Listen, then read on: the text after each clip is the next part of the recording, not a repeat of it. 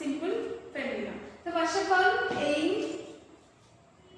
ఏంటి to find out the acceleration due to gravity at a given place. ఏదైనా ఒక place లో మనం ఏం చేసుకోవాలి అంటే సింపుల్ పెండ్యులమ్ తీసుకొని దాని యొక్క g value acceleration due to gravity value తీసేసుకోవాలి. సో ఆఫ్టర్ దట్ ఏం చేయాలి అంటే ఆల్రెడీ ప్రాక్టికల్ వాల్యూ మనకు ఉంది కదా. So g is equal to 9.9 metre per second square. So now మనం క్యాలిక్యులేట్ చేసినటువంటి వాల్యూస్ అనేది g డాష్ అనుకుంటే సో పర్సెంటేజ్ ఎర్రర్ అనేది ఫైండ్ అవుట్ చేయాలి. సో అది వచ్చేసి first step. So next second step ఏంటి అంటే సెకండ్ పెండ్యులమ్ యొక్క లెంత్ ని ఫైండ్ అవుట్ చేయాలి by using L and T square gram. So first ఏమో acceleration due to gravity at a given place. So next వచ్చేసి length of the second spring.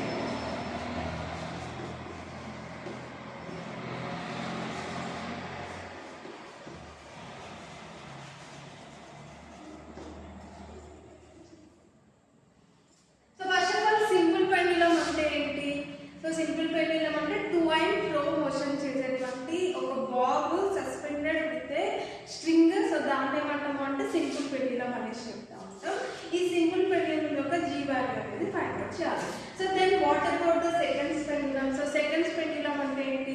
A pendulum whose time period is equal to 2 seconds we call it as a seconds pendulum. So ఏంటి మనం g value find out చేయాలి కాబట్టి so already మనం theoretical గా simple pendulum లో మనం time period of simple pendulum calculate చేస్తాం. So time period ఏంటి?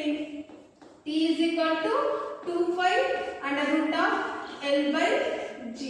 So now we have to calculate the g value. So కాబట్టి మనం ఏం చేయాలి అంటే g కి ఫార్ములాని డెరైవ్ చేసుకోవాలి. సో దానికోసం స్క్వేరింగ్ ఆన్ బోత్ సైడ్స్ చేసేసుకున్నాం. So squaring on both sides చేస్తే ఏమొస్తుంది? t square 4 square. So square కి రూట్ కి క్యాన్సిల్ అయిపోయి L by G మిగిలింది. ఇప్పుడు మనకి g వాల్యూ కావాలి కాబట్టి సో g ని లెఫ్ట్ సైడ్ తీసుకుందాం, t స్క్వేర్ ని రైట్ సైడ్ తీసుకెళ్తాం. సో అప్పుడు ఏమవుతుంది?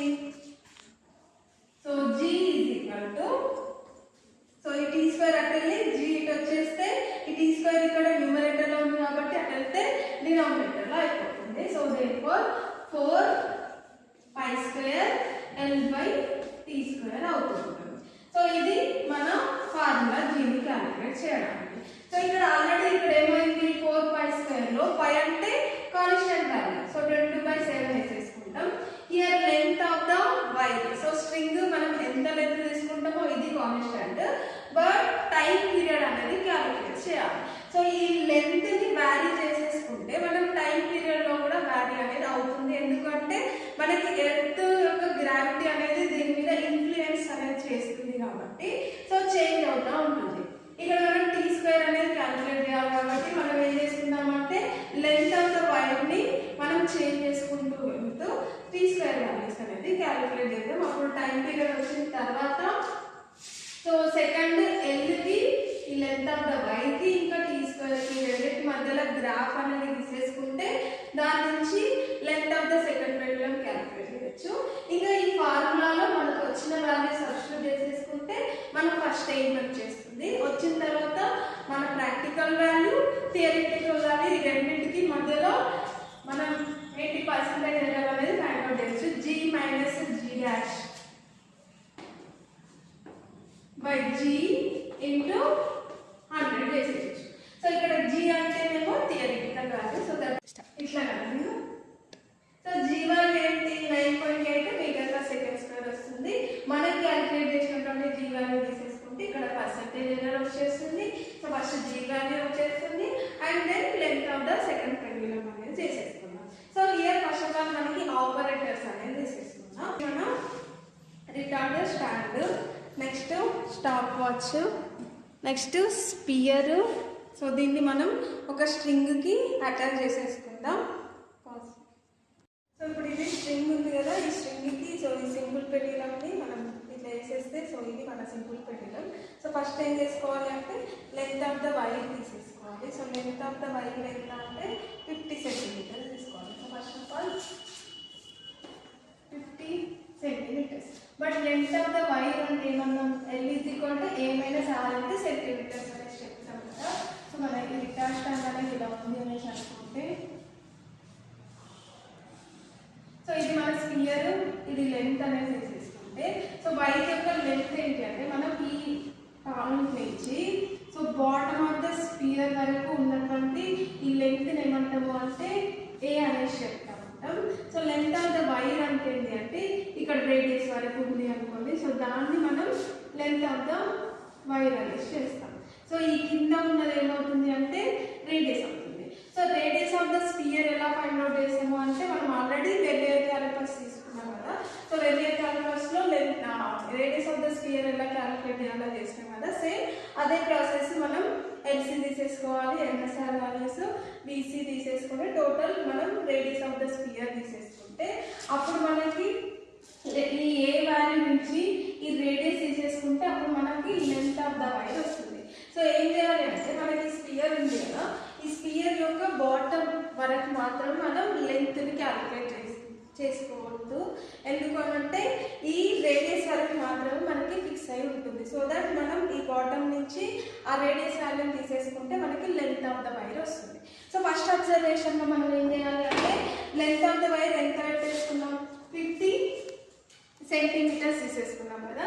ఈ 50 సెంటీమీటర్స్ అప్పుడు ఏం చేయాలి, time for 20 oscillations. Trial 1, trial 2 and then mean, ఈ రెండింటి యొక్క mean sum of the observations by number of the observation చేసేస్తే సరిపోతుంది. సో ఫస్ట్ ఆఫ్ ఆల్ మనకి ఒక ఆసిలేషన్ని ఎలా క్యాలిక్యులేట్ చేస్తాము అంటే, సో ఈ బాబ్ ఉంది కదా, సో ఈ బాబుని కొంచెం ఇలా డ్రాగ్ చేసి వదిలేస్తే ఇలా చేస్తూ ఉంది కదా, టూ అండ్ ఫ్రో. సో ఇలాంటి మోషన్ ఏమంటాము మనం సింపుల్ హార్మోనిక్ మోషన్ అనేసి అంటాం. సో ఈ అరేంజ్మెంట్ని మనం సింపుల్ పెండ్యులమ్ అంటాం కదా.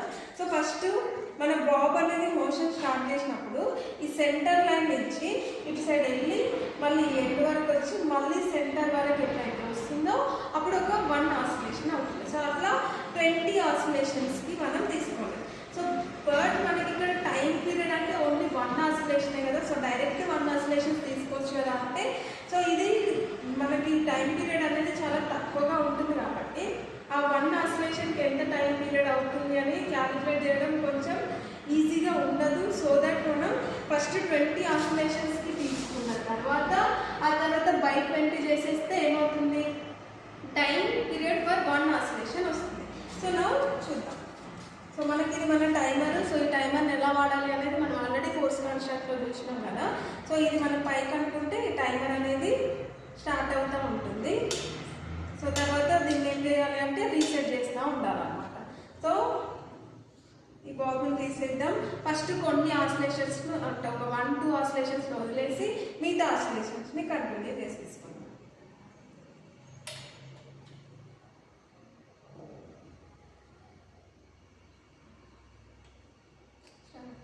1, 2, 3, 4, 5, 6, 7, 8, 9, 10, 11, 12, 13, 14, 15, 16, 17, 18, 19, 20. సో 20 వచ్చింది కదా. సో 20 ఆసిలేషన్స్కి మనకి ఎంత టైం పీరియడ్ అనేది మనం చూసేసుకుందాం ఇక్కడ. సో దీన్ని ఆపేసుకుందాం. ఎంత వచ్చింది అని అంటే మనకి 29 సెకండ్స్ వచ్చింది. సో తర్వాత ఏం చేసుకుందాం, మనం రీసెట్ చేసేసుకుందాం. మళ్ళీ సేమ్. సో రీసెట్ చేసుకున్న తర్వాత మళ్ళీ స్టార్ట్ చేద్దాం.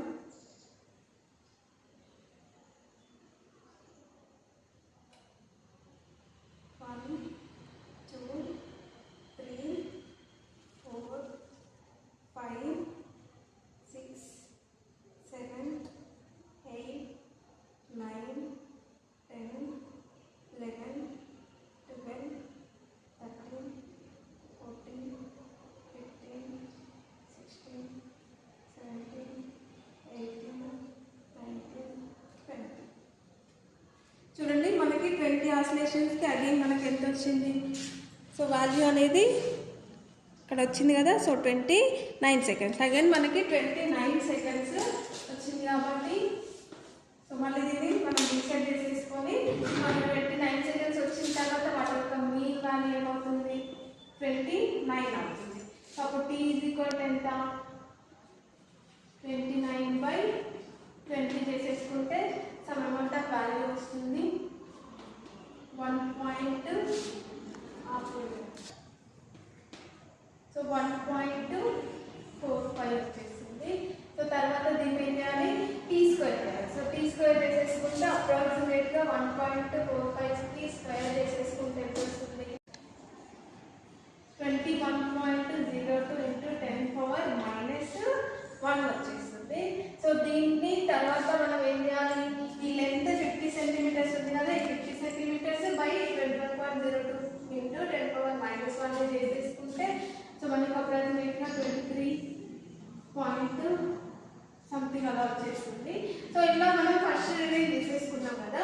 సో నెక్స్ట్ రీడింగ్ ఏం చేయాలి, next length of the wire 60 centimetres, next 70 centimetres, then 80. So 10 centimetres increase చేసుకుంటూ వెళ్ళాలి, 90 అండ్ 100 సెంటీమీటర్స్. నెక్స్ట్ ఏం చేయాలి, 60 సెంటీమీటర్స్ తీసుకున్నప్పుడు 30, ఇంకా 31 వచ్చింది. సో అట్లా L/T స్క్వేర్ వాల్యూ తీసుకుంటాం. అట్లానే 70, 80, 90 ఇంకా 100 సెంటీమీటర్స్. సో ఇట్లా 6 అబ్జర్వేషన్స్ చేసిన తర్వాత సో ఆ రీడింగ్స్ వచ్చినాయి కదా, ఆ రీడింగ్స్ మనం ఏం చేసుకోవాలి, next average of L/T square. So వాటన్నిటిని సమ్ చేసి బై 6 అబ్జర్వేషన్ చేసిన కాబట్టి బై 6 చేసేసుకుంటే మనకి L/T స్క్వేర్ ఎంత వచ్చింది, 25.32 సెంటీమీటర్ పర్ సెకండ్ స్క్వేర్ వచ్చింది. సో నెక్స్ట్ ఇప్పుడు మనం ఏం ఫైండ్ అవుట్ చేయాలి, G' ఫైండ్ అవుట్ చేయాలి. కాబట్టి మన ఫార్ములా ఏంటి, 4π² L/T స్క్వేర్. కాబట్టి ఇందులో మన L/T స్క్వేర్ మనం ఆల్రెడీ ఎక్స్పెరిమెంట్ ద్వారా క్యాలిక్యులేట్ చేసినాం. So these are the constant value. So we have to substitute in this in formula. So then we will get here G' is equal to 998.58 centimeter per second square. So ఇది మనకి మనం practical గా చేసినటువంటి మన G value. Actual value ఎంత, 98. So 9.8 metre per second square. ఇక్కడ మనం సెంటీమీటర్లో తీసుకుంటున్నాం కాబట్టి ఏమవుతుంది, ఇంటూ 10 అయిపోతుంది. సో దట్ 998 వచ్చింది. సో దీన్ని ఏం చేయాలి, ఇప్పుడు పర్సెంటేజ్ ఎర్రర్ క్యాలిక్యులేట్ చేయాలి. సో పర్సెంటేజ్ ఎర్రర్ ముందే ఆల్రెడీ మనం so G minus G' G into 100 ఇది మన ఫార్ములా. ఇక్కడ వాల్యూ సబ్స్టిట్యూట్ చేసేసుకుంటే అప్రాక్సిమేట్గా మన ఎర్రర్ ఎంత వచ్చింది, 1.895. అంటే ఆల్మోస్ట్ 2% ఎర్రర్ వచ్చింది. యాక్చువల్ వాల్యూ అయితే 980, మనకు వచ్చింది ఎంత, 998. అంటే 20 ఎక్స్ట్రా వచ్చింది. సో దట్ 2% మనకి ఎక్స్ట్రా అనేది వచ్చింది. సో ఇప్పుడు పర్సెంటేజ్ ఎర్రర్ అయిపోయింది, మన ఫస్ట్ ఎయిమ్ అనేది అయిపోయింది. సో నెక్స్ట్ ఎయిమ్ ఏంటి, సెకండ్ పెండ్యులం యొక్క లెంత్ ని మనం ఫైండ్ అవుట్ చేయాలి బై యూజింగ్ L ఇంకా T square graph. So first మనం ఏం చేసుకున్నామంటే L ఇంకా T స్క్వేర్ గ్రాఫ్ లో L వాల్యూస్ అన్ని కూడా x యాక్సిస్ లో, అంటే మనం 50, 60 అవన్నీ కూడా x యాక్సిస్ లో తీసేసుకోవాలి. సో నెక్స్ట్ మన T స్క్వేర్ వాల్యూస్ ఉంది కదా, అక్కడ నుంచి సెకండ్ కాలంలో ఆ T స్క్వేర్ వాల్యూస్ అన్ని కూడా y యాక్సిస్ మీద తీసేసుకుంటే మనకి ఒక స్ట్రెయిట్ లైన్ అనేది వచ్చేసింది వాల్యూస్. సో వాటన్నిటిని కలిపితే మనకి ఒక లైన్ వచ్చిన తర్వాత ఇప్పుడు length of the second pendulum అన్నాం. సో సెకండ్ పెండ్యులం అంటే ఏంటి, T is equal to 2 seconds. But ఇక్కడ మనకి వాల్యూస్ ఏమున్నాయి, T స్క్వేర్ ఉంది కాబట్టి అప్పుడు T స్క్వేర్ తీసేసుకుంటే ఏమవుతుంది, 4 సెకండ్స్ అవుతుంది. సో అట్లా ఈ 4 సెకండ్స్ టైం పీరియడ్ లో మనం ఏం చేయాలంటే T స్క్వేర్ లో నాకు 4 సెకండ్స్ టైం పీరియడ్ ఇక్కడ వచ్చింది అనుకోండి. ఈ పాయింట్ నుంచి మనం x యాక్సిస్ కి ప్యారలల్ గా ఒక లైన్ ని డ్రా చేయాలి.